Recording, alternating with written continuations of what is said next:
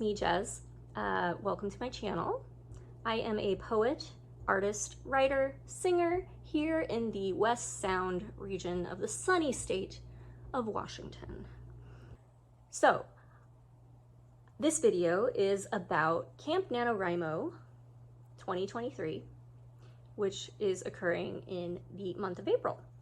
Right now it is Friday, March 24th, so it's a little bit before the start of the event.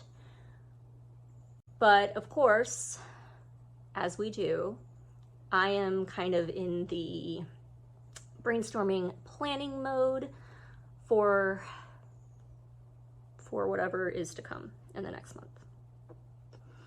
So you might be wondering, if you are not a writer, or maybe you are a writer but you just have never heard of Camp Nanowrimo, what is Camp Nanowrimo? Well, it is a spin-off from Nanowrimo, which occurs every year in November, where novelists set forth to write 50,000 words on a brand new baby whip they hope to bring to fruition in the month of November. Now, Camp Nanowrimo happens in April and July, and for this, you do not have to write 50,000 words. It does not have to be a brand new baby piece, and yeah, you kind of choose your own goals, which for me works a lot better, because I am not one to make goals. I cringe at the word. I don't like goals. I prefer to have systems over goals, but camp allows me to sort of have goals that are reasonable, set by me, and yeah, I like it. I think I prefer the camps to actual Nano, although I feel like it's a smaller group of people, which can be both good and bad. So if you're someone who really likes the huge community, Nanowrimo might be more your speed. But anyway, what am I going to be working on? Let's get into it. I am actually doing 4 projects, and that sounds like a lot, but let me explain. I am predominantly a poet, and so I feel like I have to have some sort of poetry project going for April. I can't ignore it. I need to get moving on it. So I'm going to be working on poetry, and I'm going to be working on a few short stories. I'm going to be editing, working on draft 2 of my novel, abbreviated to TAD. And then the 4th thing is sort of just for funsies, and that is working on a comic. Yes. So it does sound like a lot, but these are all things that I would be working on anyway. And the targets I'm setting are not extreme at all. It should be easy. Famous last words. So let's get into it. I'll go more in depth into each of these 4. Yeah, so see you in the next bit. So, poetry. This is the biggest priority for me in April, because I am nearly ready for a manuscript. I have a few poems that have already been published in various literary magazines, with a few more on the way, actually, in April, which is kind of cool. But the next stage is, of course, to keep submitting poems places, which I will do, but taking my body of work and compiling it into a manuscript. Now, right now I have around 68 or so pages of poetry. Some of those are multiple, like, rewrites of the same poem, different versions of the same poem. Some of them are total duds that I have no intention of publishing. And then some are pretty damn good. They're okay. Some of them might need some extra editing and things like that, which I'll also kind of be working on here and there throughout April. However, since I will probably be taking that number of poems that I have and lessening it, I decided that I need to have a few more poems to sort of round out the collection. So I've decided that I would like to write 10 or so poems in April to kind of fill in the gaps there. So a poetry manuscript is usually around 60 to 90 pages, sometimes 100 pages. And I'm so close, you guys. I'm so close to having enough that I just really need this extra push. And I think if I get 10 poems, whether or not they end up getting scrapped, that's fine. If they get scrapped and I decide not to use them, it's still helpful to write more. It's not gonna hurt. Yeah, so 10 poems. I don't have lengths in mind. Some of my poems are multiple pages and some of my poems are just a few lines. So it kind of depends. Of course, shorter poems will be easier, but I'm just not worried about word counts or anything like that. As long as I get 10 or so poems, I'll be happy. Yeah? Yeah. So the next part of this project for April is that I need to actually do the compiling of these poems, which this is the hard part for me. So I'm going to need to print out all of my poems and sort of, I'll probably lay them out on the floor. I've seen people do this and they take up like their entire living room floor. I'm probably gonna do that. You lay them out on the floor, you start grouping them by theme, and you look at that and you say, okay, is there a collection here? Is there a unified, like, cohesive theme here? Is there a way that I could have like sections? So I'm thinking around 2 or 3 sections, not like a lot, but if I can divide things into 2 or 3 themes, sections, and then have one unifying theme for all of them, that would be great. If I could come up with that, if I could, you know, because that's what makes a poetry collection marketable, because a lot of publishers don't just want, here's 100 poems that I wrote, and they're not all about the same thing. They're just, you know, shit I wrote when I was, you know, fucking around. Like, that's not what publishers want. They want unified, cohesive collections. And so I don't know how to do that. I really,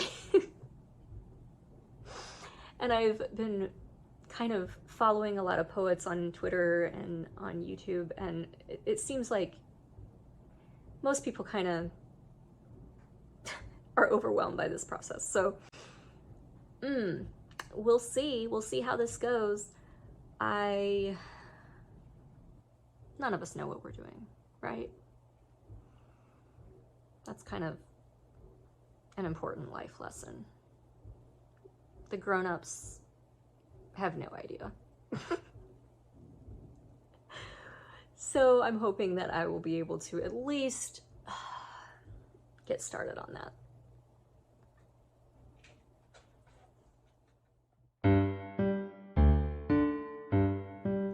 So project 2 for Camp Nanowrimo is short stories.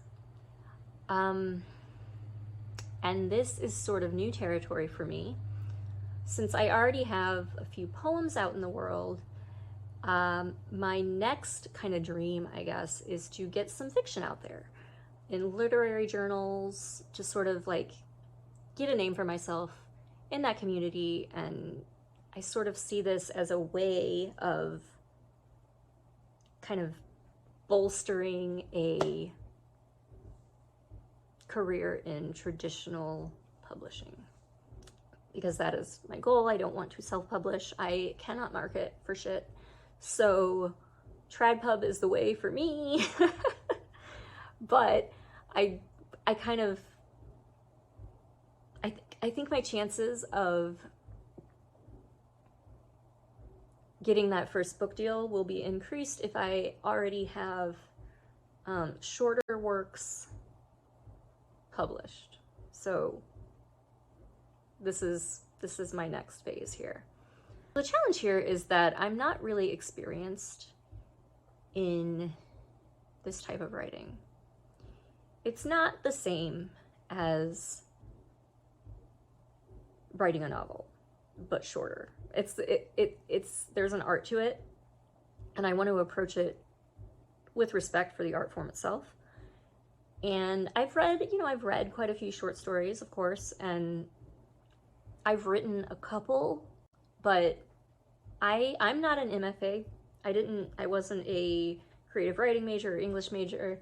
So like, I don't have that like framework. Like, what am I trying to say? I don't have that sort of critical eye that some people might find beneficial when they're trying to sit down and write a short story. So that's where the preparation during this month of March comes in. And mostly that prep is just reading. So I have quite a few books of short stories, which I can show you here. I have, oh, where'd it go? First, I have this collection by Adam Neville, Some Will Not Sleep. And these are short horror pieces because I am a horror author. And I like him because he does a lot of folk horror, which is sort of my favorite. So I hope to get this read by the end of March and just kind of absorb the knowledge, right? And in that same vein, I picked up this collection by Clive Barker. And these are short pieces by him as well, also horror. So perfect. And then I picked up a collection of stories by Haruki Murakami, who is one of my favorite authors. I know he's kind of an old perv, but I have a soft spot for him. So I figured I would give these a read because, you know, I don't know. I'm not sure if all these poems, I'm not sure if all these stories are going to be horror. I just don't know. And I don't want to sort of confine myself to a genre for this. I would rather just write what I want to write. So I figured I'd give these a read. Probably won't get through these in March, but I hope I can read these as I'm doing all this other stuff. Like if I want a break from writing, I can pick up one of these books. So I have a couple more. I have this collection by Catherine Mansfield called Strange Bliss. And these are more just literary, not horror.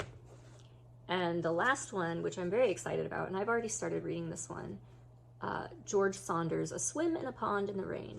So this is actually essays about the short story form as it is sort of, as it is done in Russian, you know, your classic Russian lit. So it says, in which 4 Russians give a master class on writing, reading, and life.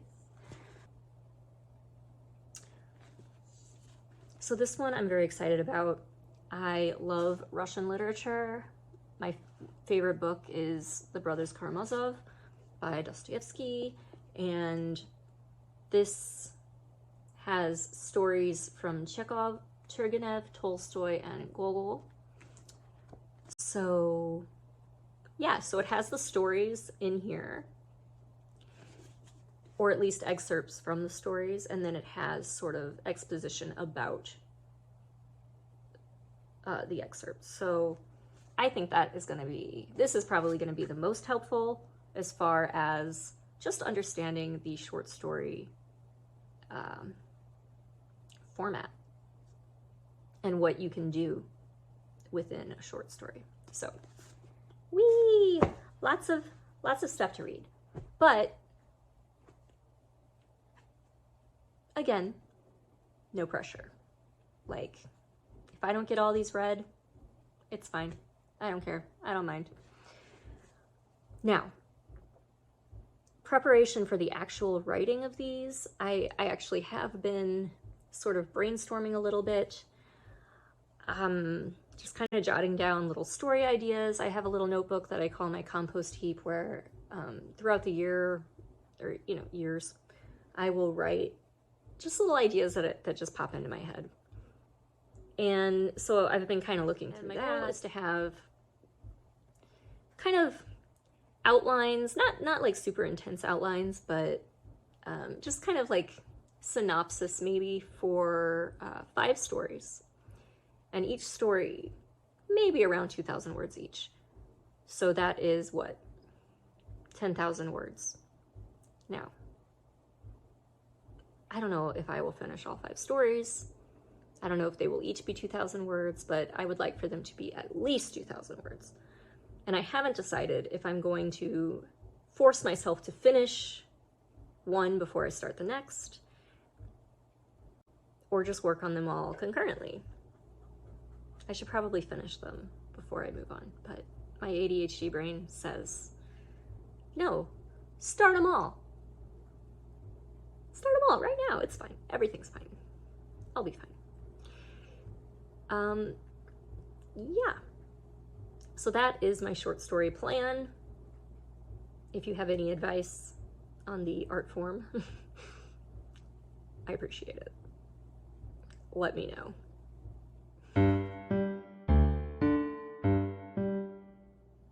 All right, novel editing. This is not a huge priority, but I kind of would like to be able to get this done. I'm working on the second draft of a full core novel that I have abbreviated to TAD, which is just, the first 3 letters of my title. Not the first 3 letters, but the first 3 letters of each word in my title. Who cares? TAD. I call it TAD. And what I am working on now for that is it is an epistolary component to the completed manuscript. So this is sort of a B story, being told through the point of view of a character named Sarah, and it's being told through her journal entries. Now, this is all happening before the events of the main story.